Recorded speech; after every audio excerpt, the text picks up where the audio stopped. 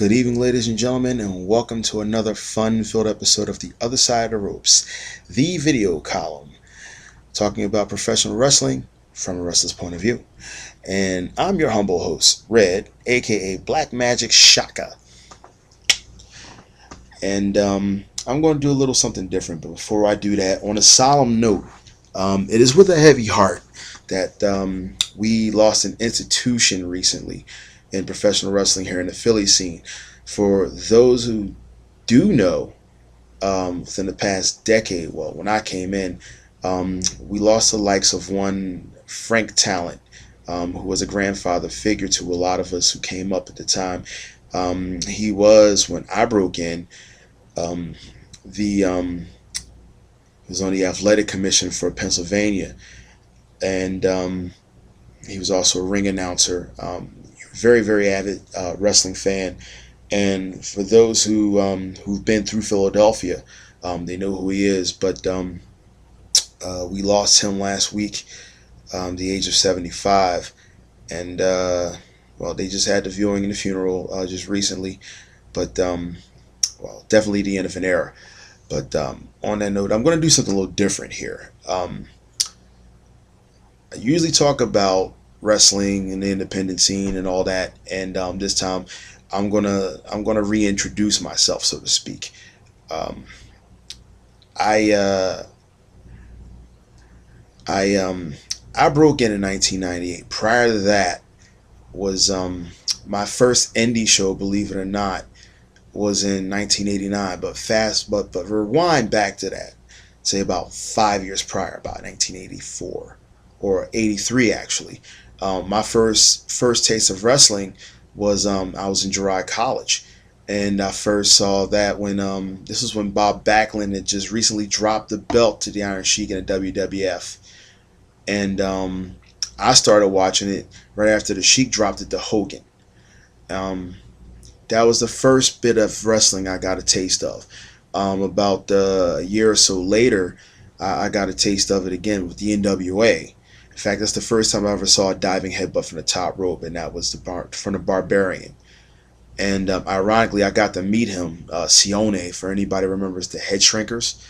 I met him ironically in NWA Virginia back in '05. Um, I believe he was a co-holder of the NWA six-man tag. When I met him, he was the NWA Virginia heavyweight title holder, but he had to vacate it because he didn't have his wrestling license for VA updated. DPR is very, very strict, for those of you who don't know what I'm talking about. At the time, I myself, Prince Malik, and Pharaoh, we were collectively known as the Sons of Ra. We were the last title holders, or the revived version of the six-man title. Back then, it was called the NWA Virginia Global Traditions Six-Man Championship. We had to vacate it a couple months later. Um, but yeah, my first taste of wrestling was watching it on television like everybody else. Um, I got exposed to the Independents for the first time in 1989 when I was in basic training in Fort Dix. Um, Headlining the show was Sergeant Slaughter. This was we're working for DC Drake. Um, and I think that was pretty damn strategic because you figure captive audience, $10 a head, and we're thinking this Sunday old wrestling, we're not going to go. Well, you're in the military, you don't have a choice when you're a trainee. So you figure you got the entire 3rd Brigade. That's about 5 or 6,000 strong at $10 a head. That's a huge gate. To my knowledge, I've never seen that replicated again. Not in those likes. At least not on a military installation either. Um, I actually got burned out from watching wrestling when I was stationed in Korea 20 years ago. Um, because it got too predictable. That was when everything was really changing. The whole dynamic for wrestling was really, really changing. Um, I mean, at that time, a teenager, even before I was in the army, a lot of people rubbed me for being the whitest black guy they know. Got news for you guys. I was a latchkey kid, grew up watching a lot of TV, grew up listening to a lot of radio. for anybody in Philadelphia, I mean, listen to WCAU. That was when it was pop. That was 98, 98 FM, before it became the oldie station. Before 99 came out, that was R&B. Before then, we listened to WDAS. So I listened to all of that stuff.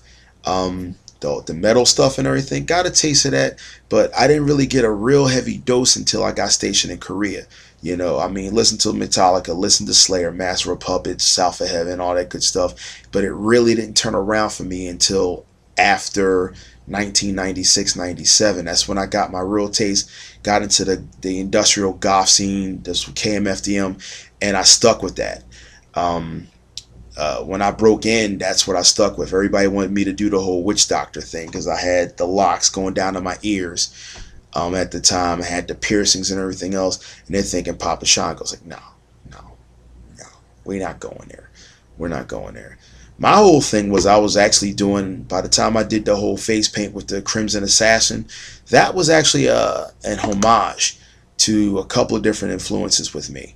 The look I was going for was, if you saw the armor, it was kind of like a takeoff of the Road Warriors, and I actually got that reference when we were the Sons of Ra. I actually got compared to Hawk. The face paint, combination of that, and the Great Muta, the Mist, Great Muta, all the way. And I got that comparison when I was in NWA Virginia, nowhere else. Anywhere else, if you catch it, they thought it was, because of the red and black, it was a knockoff of Boogeyman. I was like, nope, switch it around. But we're not going to get into that. That went on record. If you missed it, you missed it. Now, because of the locks, the Booker T, Elijah Burke, Kofi Kingston, did it before they did. Okay, I just wasn't on TV. But no, my that was all my biggest thing, and I broke in. It was the middle of basically a turf war. The next indie show I saw was in Feltonville, in the Feltonville section of Philadelphia, in the Felton, the ballroom, with Grand Wrestling Alliance, my older frat brothers. That's what influenced me to break into the indies a year later, watching guys like, you know, Ron Starr, Rolling Thunder, Flex and Flash Wheeler, the Reaper, O-Dog, the West, you know, the whole West Side thing, Atlas Rivera, you know, the West Side Boys, all those guys, Slayer, Sparky, you know, the Irish Rebellion, those guys.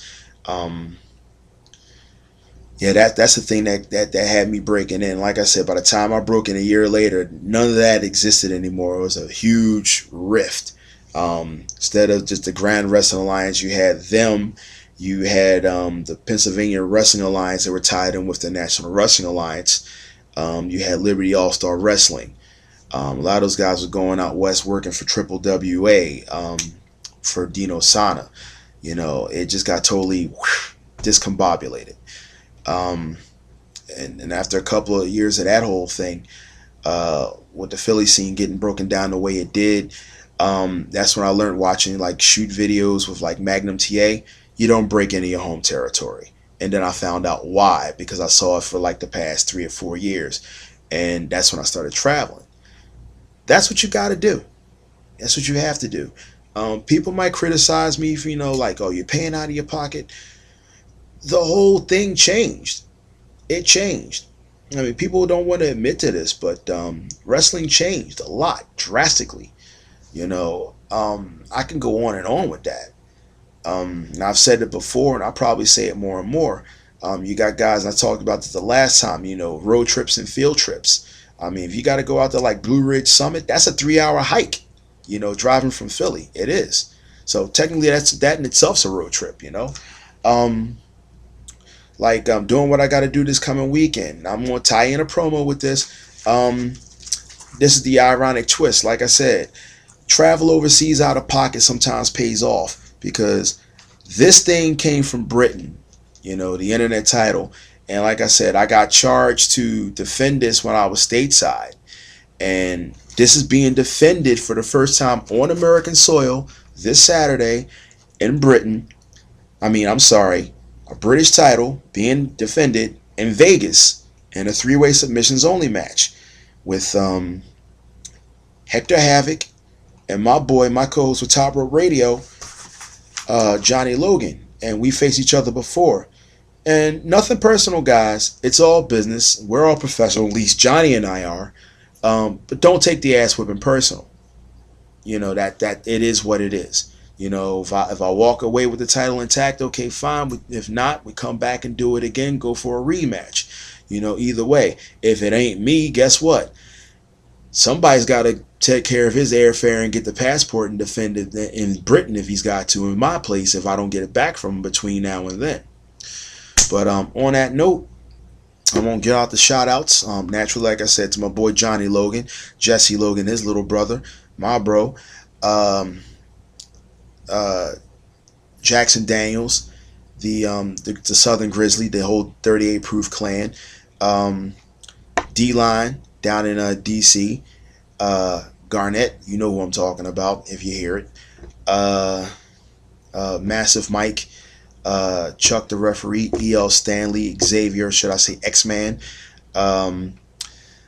Special shout out to my people down south, Luscious Bob Gary and Amanda Lady Amazon. I didn't forget you guys. Also my former roadie, Frank Savage, Salvaje, what's up, man? Also me, Mark Manson, my other roadmate going down to Tennessee. My older frats, also aforementioned Slayer, Ravage, Flex Wheeler, and of course Mac Daddy Ron Star, the last emperor for the 215 Empire, the Gunners, Tyreno, Blackie, the Empress, Simply Divine, my little brother from the 212 Empire, the newly crowned NMG Sky Limit champion, none other than my little brother Xavier Fate. Big ups. Hope you have fun at next defense, my man. Junior White in New York State. Over out west, or should I say out west in Europe, to my boys at Untouchables. Yes, right. I'm gonna put you over, over, over to the singing dads. Yeah, I'm talking about none other than Teetotal Tommy Stevens, PT player Peter Staniforth, Drewy, Woo, The Milkshake, CJ Gunner, Miss Vicky, my boy Jim over in the Rough and Ready gym over there in Northampton. To my Belgian crew, Bull, Lori, Wendy Alosri, Rob Raw, Beatings Are Us, none other than Thorax and Jack Demento, Homeless, Dr. Gangrene, Ernderdad. All right, singing lessons done. To my Dutch frat, Destructo, Uncle Vito, Tommy N, my doppelganger and possibly evil twin, Andy effing Patterson. And I know I'm probably forgetting this one, Rico Bushido. To my frats over in Germany, Zeris Van Crow, to the House of Jacks, Ahmed, Crazy Sexy Mike, Mr. Craig BC. To the ladies, the Susies in Dresden and in Berlin, my play daughter Savannah, Andrea for Top Catch, The Voice, Rick Valentine. And once again, happy anniversary to WrestlingFever.de. Burn over in WrestlingJunkies.de. You should have got the package by now. I sent it to you, so I don't want to hear it. If I have to, I'll send it again. That's right. To the boys in Austria, Mr.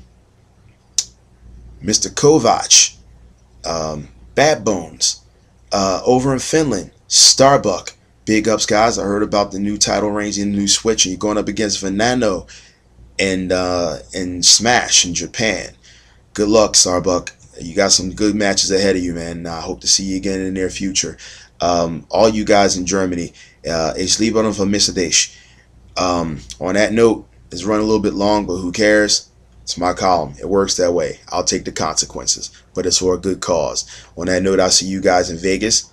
I'm out. Peace.